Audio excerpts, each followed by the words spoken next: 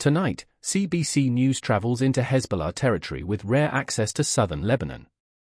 The reporter states, "We're being very tightly controlled on the ground here by Hezbollah. Inside, we see a city damaged and nearly deserted." Shock and horror spread as a Toronto woman is arrested for 3 murders in 3 days, with one witness exclaiming, "It is madness." Families of 2 victims, who police say were killed randomly, speak out about the tragedy. Meanwhile, efforts continue to keep Gord Downey's memory alive, with his brother, Mike Downey, expressing pride during a new tragically hip documentary, saying, "It made me miss him more." Following its premiere, there was a touching reception. CBC News further takes viewers into Lebanon south to a city at the heart of the crisis under Hezbollah control, with reports of increased Israeli airstrikes in Beirut overnight, sending burning objects back into the sky. Israel issued new evacuation orders in parts of southern Lebanon, targeting neighborhoods with ties to Hezbollah. The CBC journey into Tyre, Lebanon's 4th largest city, located about 20 kilometers from the Israeli border, reveals its streets nearly deserted. Senior international correspondent Margaret Evans highlights that access for journalists in the area is strictly controlled by Hezbollah, showing a city in ruins and resident struggles. Amy Hamd, a local resident, refuses to send his family away despite the looming threat, sharing his belief that Israelis tricked them. Tyre, once a coastal beauty, now struggles to support over 6,000 displaced people, with volunteers cooking for those in need. In response to the ongoing crisis, the Canadian government is attempting to arrange more commercial flights for Canadians still stranded in Lebanon. JP Tasker from CBC shows the mounting stress among those waiting, with airstrikes pummeling parts of Lebanon's capital, intensifying their desire to escape the volatile situation. Ahmed Araji, a Canadian awaiting assistance, expresses his frustration, fearing the uncertainty of the escalation's outcome. "From the looks of it, it probably is going to get much worse." On Saturday, the Foreign Affairs Minister asked for patience, saying, "We still have 2,500 calls to make, and we'll be doing these calls over the weekend to make sure that everybody is reached." By Sunday night, they had contacted 5,000 people and helped about 1,000 to leave Lebanon, but it's still a dangerous journey. 2 Canadians were fleeing their home when their car was hit by an airstrike, which has Araji worried about catching a flight home. He booked his own ticket on October 10th, but now wants out sooner. For some, the journey to the airport is risky, but waiting for a government-backed evacuation is dangerous too, says Canada's ambassador. "We have a plan and we are ready, but Canadians shouldn't certainly count on it," echoed by the Prime Minister, who said, "It will be extraordinarily difficult for the tens of thousands of Canadians currently in Lebanon." That's why Araji wants Ottawa to come through now, as so many people are just waiting and they don't know what the future holds. Canada has lined up more flights out of Beirut for Monday and Tuesday, meaning up to 1,000 more people could get out. But past Tuesday, there are no guarantees yet for those still stuck. In Gaza, at least 26 people have been killed after Israeli strikes on a mosque and a school. Palestinian officials say that buildings were being used as shelters for some of the nearly 2 million people who have been displaced, adding that children are among the dead and more than 90 people are injured. However, Israel states they conducted precision strikes on Hamas targets operating within the building. In southern Israel, 1 person has been killed in a shooting at a bus station, identified as a 19-year-old female police officer. Others sustained injuries, though none are life-threatening, and the shooter was killed at the scene. This attack comes as Israel prepares to mark the anniversary of the attacks on October 7th, a day when around 1,200 people in Israel were killed, sparking a year-long war in Gaza. Health officials say that more than 41,000 Palestinians have been killed. Chris Brown went to a kibbutz where a Canadian was murdered, revealing differing views on Israel's response. In this kibbutz, now known as Death Row, each house witnessed tragedies. One resident shared her grief, recalling how her husband, Yoram, who was 75, was shot dead on the balcony of her daughter's home. She expressed her anger towards Hamas and the Palestinians that support them, feeling that the world does not understand the situation. The UN states that more than 6,000 women and 11,000 children are among Gaza's victims. One of the victims, a well-known Canadian-Israeli peace activist, Vivian Silva, is remembered by her loved ones. Her death transformed her son, leading him to follow in her activist footsteps. He believes that the conflict will continue as long as each response only leads to the emergence of a bigger problem. He emphasized the need for Canadians to play a constructive role in the conflict, advocating for peace over taking sides. Friends, though she believes that Israel had no other path than the one that it took after October 7, maybe someday they will accept US, and until then we will have bouts of killing. Reporter, a sentiment that, while divisive, remains widespread in Israel on this solemn anniversary. Chris Brown, CBC News. Ian, later in the hour, a chilling account of survival on October 7, when we began to hear automatic gunfire inside of our community, and very soon inside of our neighborhood, and soon afterwards outside of our window. That's when the fear actually began. Ian, an Israeli author, shares harrowing details of the hours he spent in a family safe room, hiding from the horror outside. That's coming up in the breakdown. Here in Canada, families of the victims of an alleged triple murderer are searching for answers tonight.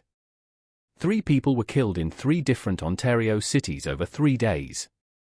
2 at random. Leasing now with the shock and horror that their families and friends are now grappling with.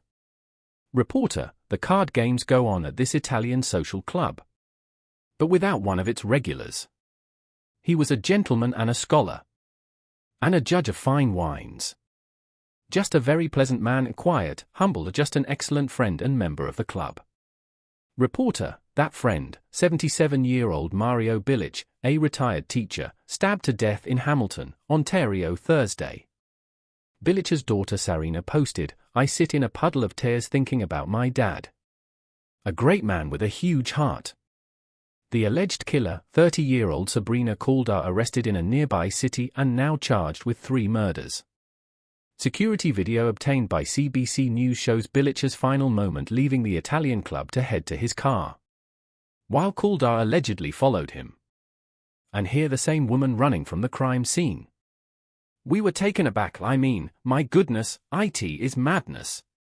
Reporter, Bilic is the last of 3 people that police that Kaldar killed in 3 different cities in a span of 3 days. The others, an unidentified woman in her 60s in a West Toronto neighborhood. The only one who police say that called her knew. And 47-year-old Lance Cunningham in a Niagara Falls park. In an email to CBC News, his wife Kim wrote, "He was my best friend, a wonderful father for our daughter. The fun dad. He did not deserve this." So far police say that there's no clear motive, and since the victims were both targeted and random, Viti is allegedly it's a serial murderer, but it again has a lot of these traits that are mostly aligned historically with criminologists and what scholars would call a spree kill. Reporter, Niagara police say that the accused had previous interactions with police but never charged Kaldar. Now they're trying to find out whether any other attacks in the province might be linked. Lisa Shing, CBC News, Toronto. Ian, CBC News has also obtained new video showing the scene just before and after fire broke out in Old Montreal. A mother and her 7-year-old daughter were killed. Sarah Levitt now with a look at the footage and calls to prevent another tragedy. Reporter, as investigators sift through the rubble searching for clues of what happened here, the family is left in mourning. A fire broke out Friday morning at this Old Montreal building housing a restaurant and youth hostel. A mother, Lena Girardi, and her 7-year-old daughter, Varane Rhino Girardi, were killed. They were visiting from France. Radio-Canada obtained this security footage showing someone kicking in the restaurant door and running away with the smoke billowing out. The criminal investigation is ongoing, but for many, this tragedy felt like déjà vu. In March 2023, a fire broke out at another Old Montreal building. 7 people died, most staying in illegal Airbnbs. Both buildings are owned by the same person, and both had fire safety violations, though a number at this latest building were fixed. A lot has been said and written. Reporter, in both buildings, some rooms didn't have windows, but Montreal Fire says that's not required. In terms of fire safety, a window is not considered a means of escape. In this case it was not an issue. Reporter, similarities are painful for Randy Sears. He lost his son Nathan in last year's fire and says that his family has been punched back into mourning. We needed accountability and deterrence against something like this recurring, and now this happens as close to a carbon copy as one could ever imagine. The Quebec Public Security Minister says that it's important to look into both fires and if there's any connection. We will see in the next week, in the next days, if it is possible to combine these two inquiries concerning these two tragedies. Reporter, that's not enough for Randy Sears. He calls it a tragedy of errors that seemingly nobody has learned from. Sarah Levitt, CBC News, Montreal. Ian, in the US, an investigation is underway into a terrifying landing in Las Vegas. A Frontier flight caught fire in Las Vegas, with flames and billowing smoke visible as the Airbus A321 touched down. Frontier Airlines reported that smoke was detected in the cockpit during the crew's final approach on Saturday. Although the tires blew, no injuries were reported, and passengers used the stairs to reach safety. With the U.S. election just 30 days away, Donald Trump is doubling down on a dark message to voters, suggesting that a Kamala Harris presidency could mean the end of democracy. Chris Reyes provides a closer look at that rhetoric in this campaign push. It's the countdown that has both campaigns firing on all cylinders. Just 30 days from now, Trump claims they will win the state of Wisconsin and defeat Kamala Harris. He ominously warned that if he loses, this would be your last election, echoing his previous statement about the country becoming the Venezuela on steroids. This warning was reiterated by Elon Musk, who joined Trump at a rally in Butler, Pennsylvania, the site of a recent assassination attempt, urging the crowd to vote. After visiting the aftermath of Hurricane Helene in North Carolina, Kamala Harris released a new ad focused on Trump's role in the January 6 riots, which she labeled as bombshell after bombshell after bombshell. She also criticized Trump regarding abortion rights in a newly released podcast, highlighting his past comments about punishing women for having abortions. Meanwhile, surrogates from both sides were out in full force playing defense, with some downplaying the January 6 situation as exaggerated. Concerns are growing over potential violence or resistance in response to the election results, which could complicate the already tense atmosphere as the country braces for one of the tightest presidential elections in recent history. As the U.S. deals with the aftermath of Hurricane Helene, residents on Florida's Gulf Coast are bracing for another potentially difficult storm just days after the previous hurricane struck. The death toll from Helene has risen again, with more than 227 fatalities, making it the deadliest hurricane to hit the U.S. mainland since Katrina. Many victims were in North Carolina, where tens of thousands still lack power or water. U.S. Vice President Kamala Harris visited the state to help put together care packages for those affected. Dolly Parton also donated over $1 million to hurricane relief efforts. Another storm is expected to develop into a hurricane over the Gulf of Mexico and impact Florida by Wednesday, marking the fifth landfalling hurricane. Residents are still reeling from the devastation caused by Helene, with many sharing stories of their experiences during the storm. Amid the destruction, some find hope and faith, with one resident proclaiming that Jesus showed up when they needed help the most. As Israel prepares to mark a grim anniversary of a brutal attack that ignited a year-long war in Gaza, The Current's Matt Galloway speaks with a father who hid with his family for hours to survive. The harrowing experience. Ian, I sit down with Gord Downey's brother on capturing the evolution of the tragically hip. It made me miss him more. Ian, The National breaks Paul Sun-hyung on Murdoch Mysteries. Ian, Murdoch Mysteries is back for a new season with a new recruit played by a well-known new star. Eli Glasner met Paul Sun-hyung Lee on set where he is part of the new show. Who the devil are you? This is the new inspector of Station House 4. Reporter, versatile actor Paul Sun-hyung Lee has jumped from Kim's Convenience to sci-fi and now into the past. Wonderful to see you, Paul. Like the suit, baby.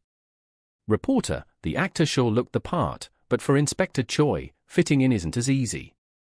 He's American, which is another thing too, and he's also of Korean descent. So he's a man, a worldly man, and he's bringing all of those talents, and he's had to work very, very hard to get to the position that he's in because of his, position in life. Reporter, Ed Asner. Reporter, Ed Asner? Reporter, Ed Asner was on the show and he played in a Christmas episode. William Shatner. Reporter, Lee, is the latest renowned actor to join the show set at the turn of the 20th century, but with storylines that strike modern chords like housing. This was the beginnings in 1911 or 1912, where actually it was important to the citizens of Toronto to have community housing. So how did that look like, and how did we do it? So that's something that we're grappling with in our world right now. Reporter, but not everybody or everything is serious. Take the episode about mole people. It's a theory that there were people living underground, and there are people who think that now. Reporter, right. So you can explore conspiracies and anything is fair game? Anything is fair game, and it's quite fun, actually. I heard a great deal about you. Reporter, between the fun and solving crimes, Paul Sun-Hyung Lee hopes that the audience takes something else away. And people look at me and say, "Oh, you're the new inspector, huh?" It seems that they're hiring anybody nowadays. And little things like that are telling, but they are truthful. Reporter, giving the audience something to think about as Murdoch Mysteries moves forward. Eli Glasner, CBC News, Toronto. The Breakdown. Ian, and now let's break down the stories shaping our world. The peace of an early Saturday morning on an Israeli kibbutz shattered. They are firing through the window into our living room and trying to break the glass. Ian, a father, barricades his family in a child's bedroom, a harrowing wait holed up in a makeshift safe room. So we're in complete darkness physically, but also communication-wise. Ian, Amir T-Bon, survived that October 7th morning and wrote about it in a book. He sat down with Matt Galloway, the CBC host of The Current, to share his chilling story. Reporter, how did you and your family end up living in this kibbutz? We moved there in 2014. In that year there was a very long war between Israel and Hamas, and a mortar launched from Gaza killed a 4-year-old child. And then there was this tragedy that happened, and I heard that a lot of families were leaving this kibbutz. My wife and I made a decision that we're moving there. It was an ideological decision based on our Zionist ideas. Reporter, Amir T-Bon has now written a book called The Gates of Gaza, all about his decision to move to the border kibbutz and his experience on the 7th of October of coming close to losing his family over that decision. Go back to that morning on the 7th of October and that sound that you heard and that shrieking. How did you and your wife initially react when you heard it? It's a Saturday and we're in bed and we have no worries in the world. And suddenly this whistle wakes us up, and we immediately understand what it is. Because we have lived there for several years, and it's a community very close to Gaza. It has been bombarded by rockets and mortars, and we know that we have to make a run for it. We don't even think about it. It's an instinct. Reporter, and you have 7 seconds to make it from where you are into the safe room, and that room is your children's bedroom. That's what most families do. For the parents to run to the children's room than the other way around. We have 2 daughters, 3.5 and just under 2 years old on the day this happened. Reporter, when did you start to realize that this day was going to be very different? Only after 7 a.m., and there was almost an hour, about half an hour during which we are in the safe room, our girls are sleeping, and it is dark. And we are bombarded, but we are not so worried because we've been through this before. Over the years that we have lived in Nahal, there have been rounds of fighting between Israel and Hamas, and that's what we thought that we were expecting. Reporter, in fact, T-Bon and his family couldn't live any closer to the strip. Their kibbutz is 800 meters away and separated by the fence that Hamas entered through on October 7th, 87 a.m. when we started to hear automatic gunfire inside of our community, and very soon inside of our neighborhood, and soon afterwards outside of our window. That's when the fear actually began to arrive. But I have never heard the sound of bullets hitting a wall inside of my house while I'm in the room next door. A cell of 5 Hamas terrorists standing on our front porch, and the door of the house is locked and the windows are all shut and electric blinds, are rolled all the way down, and they are firing through the window into our living room, trying to break the glass and the blinds so they can get in. And that is a very, very strong sound. This is an invasion, really. It's not a terror attack even, it's an invasion by an army of terror. And that is a very scary thought. Reporter, what was going on with your kids? From 6:30 to 7:15, more or less, they were sleeping, because my girls Galia at the time 3.5 years old and Carmel, just under 2 years old, they were born and raised here and they were accustomed to this reality of explosions and sirens. They don't mind it. They're used to it. So at first they were just sleeping in their beds. What wakes them up is the gunfire. A noise that they're not accustomed to and they have never heard before. Reporter, one of the other messages that you got is from your father, who are not there and they are away from there. But they understand eventually what's going on. Tell me a little bit about your dad in particular. Basically they just understood that something very, very bad was happening because I told them at 7:15 we have terrorists on our doorstep and they just decided to come there themselves. Reporter, they tried to rescue you? Yes. Reporter, T-Bon's 62-year-old father is retired army general and he raced from his home in Tel Aviv to the kibbutz an hour and a half away and encountered Hamas fighters en route and killed several of them when he came to the aid of other soldiers who also headed south to help. By the time that he reached his son's safe house, his family had been sheltering there for 10 hours. It was an incredibly risky thing for them to do. And at one point they stopped and tried to decide to go forward. And the mother said, "What if I told you?" She's talking to your father. "What if I told?" But a couple who were less than 10 kilometers away from the son of their son and 2 granddaughters, and they can go and try to save the family or wait on the side of the road for someone else to do something. When you heard that, what went through your mind that your mother said that? It didn't surprise me, because she's a very brave woman. Always has been. And I know how much she loves her granddaughters. It's an hour and 10-minute drive on a regular day. On that day, eventually it took for my father at least to arrive at our home 8.5 hours. Reporter, what happened when he got there? So he entered our kibbutz shortly after 1 p.m. and he joined the group of soldiers, which were basically the first military force to come to Nahal Ounce, and he started scanning the kibbutz with them and going from home to home and knocking on people's doors and telling them you're safe now and you can go out and get a bottle of water and you can use the restroom and go back in until we tell you that we're organizing to get you out of here. And close to 4 p.m. they arrived at our house and we were in the safe room and we didn't know that this was happening because by that point our phones had both run out of battery. So we're in complete darkness physically, but also communication-wise. And then we hear this knock on the window of the safe room. Like bangs, you know, with an open hand. And we heard his voice. And Galia, our older daughter, 3.5-year-old, she said 2 words, "Grandfather is here," and there were a few minutes that we were very happy and relieved. But then the most difficult part of the day began. More difficult than even in the morning hours. That's when we started hearing the stories of what happened to our neighbors on that day. And those are hours that were even worse than the morning hours because of the pain that we were beginning to experience. Reporter, it's a remarkable story and I'm glad that you are here to tell us about it. Thank you very much. Thank you for having me. Ian, one of the most deadly attacks on October 7th was at a music festival where more than 300 people were killed and dozens taken hostage. One of the attendees spoke with Adrian about that tragic day. 1 year later, and it's no easy, this situation. And very, very difficult. Adrian, last October, she was excited to go to the Nova Music Festival in the desert and was loving it. We started to hear the drums, and the pop, pop, pop. Sirens, Adrian, October 7th, hell was raining down. Scared souls running and hiding for 15 hours and eventually saved and forever changed. Are you sometimes still afraid?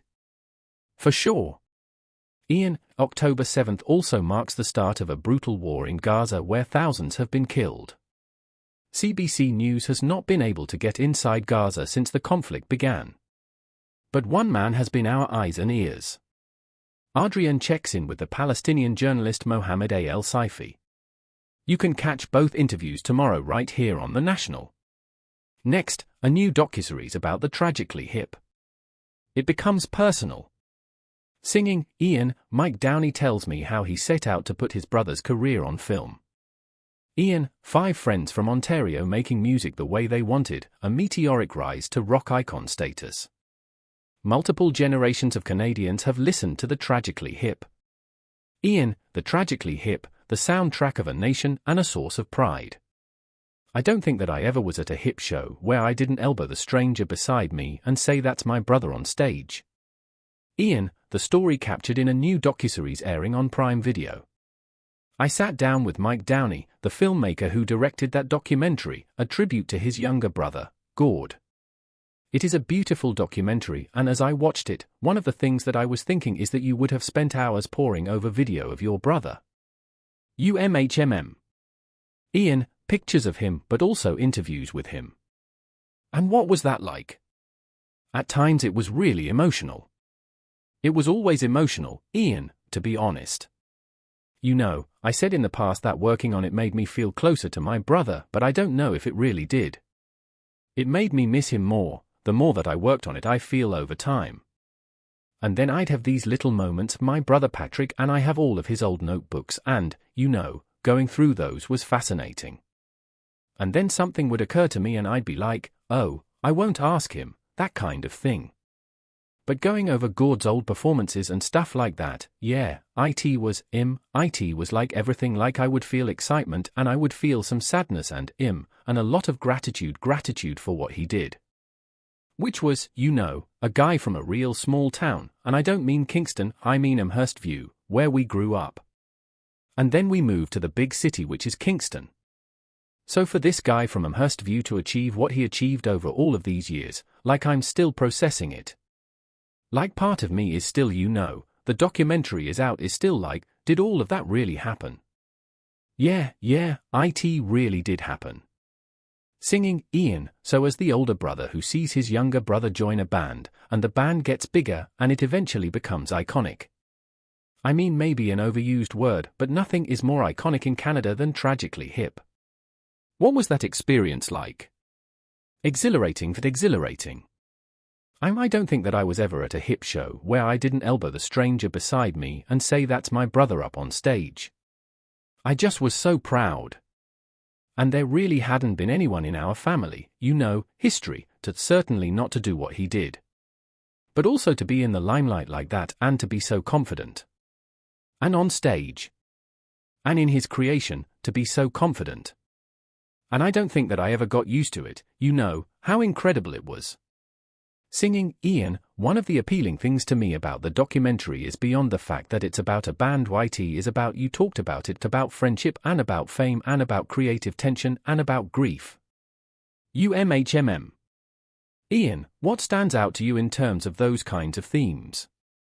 You know, to me, I really feel like it is it's about family. Like it really, the five guys are a brotherhood. When you start at such a young age, and when you have such a, you know, their cause was common, they believed in the same thing. And they were going to create these songs, and they weren't going to go for radio hits. They were going for Gord became the head lyricist, and they were going to tell Canadian stories. They weren't going to try to make them neutral so that maybe an American audience would assume they are talking about their small town. So I feel like, you know, for the band, it was a family. And by the time that we get to August 20th, 2016, where the Hip are performing from Kingston, Ontario, I think for half of the country, 12 million, 13 million people anyway, that family now I think includes, you know, 12 million to 13 million Canadians, because they were having this, they were saying goodbye to this band and this great singer, person, Canadian. And I think that for a lot of the people they're also saying goodbye to a little part of themselves as well that was touched by this band that they felt really invested in. And let me tell you that Hip fans are really invested with that band. So I think that family really covers it all. Singing, Ian, let's go back to another performance on Saturday Night Live, and again, a generational thing, but I think that for a certain generation of university students in particular, they remember exactly where they were when that performance happened, rooting for the band. Where were you? I was at home, hosting a party in our apartment in Toronto. And taking pictures of the television set. Laughter, like, you know, with my DSLR camera, trying to get really good pictures. Ian, and probably didn't. They don't really turn off that great when you take pictures off of the screen. So, yeah, the excitement was so palpable. And it was an amazing night. It's an amazing story. Ian, well, the revelation in the documentary that they were a little too stoned. Cheers and applause, it's a pretty nerve-wracking event. Even the sound check that we ran through in the afternoon, like holy, so the geniuses that we thought, well, maybe we should just smoke some reefer before we go. IT has never hurt US in the past. Yeah. There's another part that didn't get in, which is that Gordy, our nephew Jay, that was his 11th birthday. And I guess that shortly before Gord left for New York, Jay said, if there's any way that you could give me a little, something for my 11th birthday. So Gord actually at the beginning of the performance goes like this for Jay. 11. Ian, there's some beautiful moments of course in the documentary, but there's been at least one beautiful moment outside of the documentary, and that was at the Toronto International Film Festival. Choir sang. I only saw the footage on TV, and it was quite striking. What was that like for you? IT was amazing.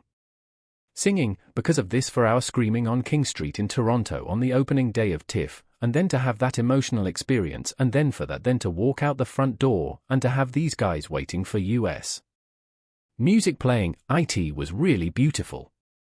It was really beautiful. Yeah, that was a proud moment. And it was hard not to think about, my brother watching something like that and how proud I think that he would be. It was really great. It was really fun. I mean, the hip don't perform anymore, so besides 2 occasions that were very specific, and,